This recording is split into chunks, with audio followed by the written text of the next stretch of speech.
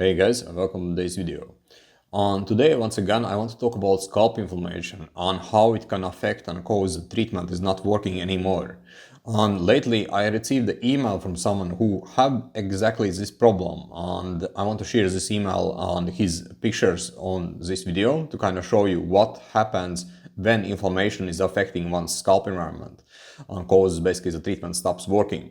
And for you guys who are new to this channel, remember to subscribe so you get notification about latest contents that I upload. And if you're new or subscriber, welcome back. My name is Alex and I'm previously hair loss sufferer myself, but I was able to grow back my own hair and I'm a certified trichologist. So today I want to share with you an email that I received from someone who reached out to me a couple days ago, and he basically shared his timeline on his results with the treatment and what happened to his hair after he got scalp inflammation and how fast it basically led to that he lost all his gains.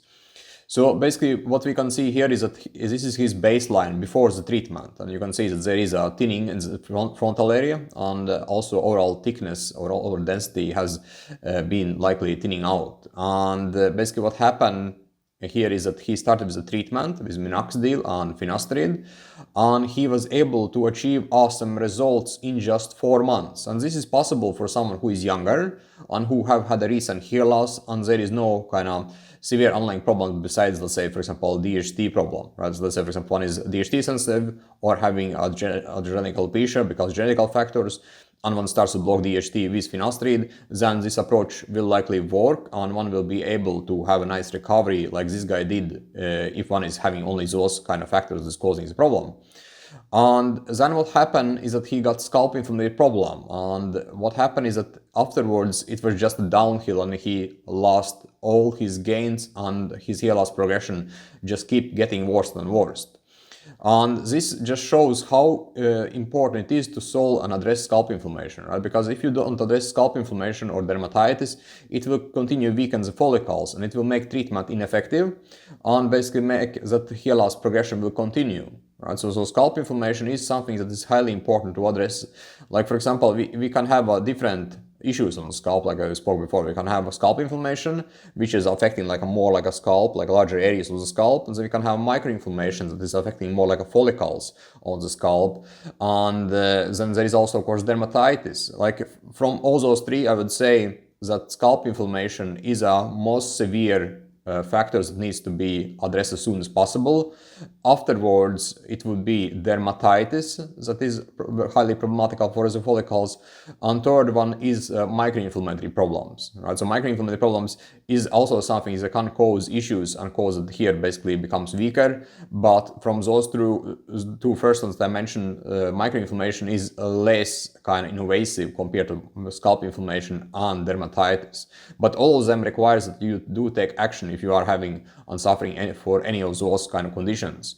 And basically what happened is that, for example, in this guy case, like he shared his pictures with me, and I can see that there is a lot of things to do, right? Like in terms of addressing that inflammation, addressing possible dermatitis there.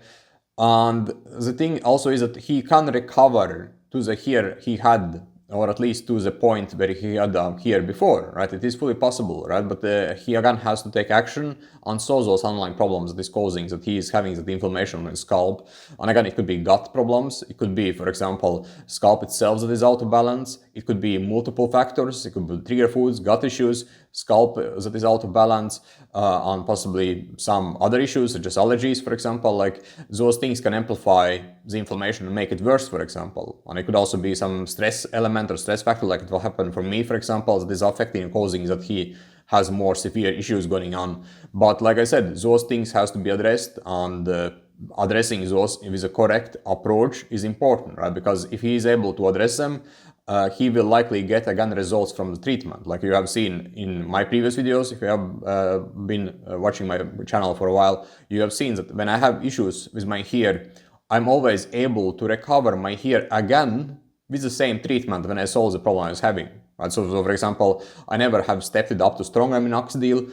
I have continued with taking finasteride, or in my case Propecia, at the same amount for years now without increasing it, because again, those are foundations of the treatment and they continue to work unless I have something in my treatment that affects and causes they become ineffective.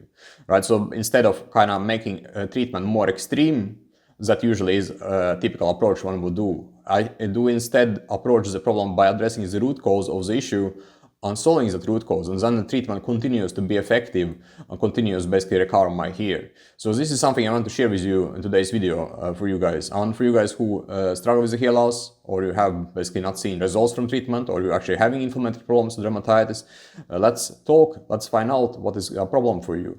And you can schedule a call below this video, fill out the form, book a session, let's talk and see what we can do right now to solve this problem once and for all. Thanks for watching this video, guys, and see you next one. Cheers.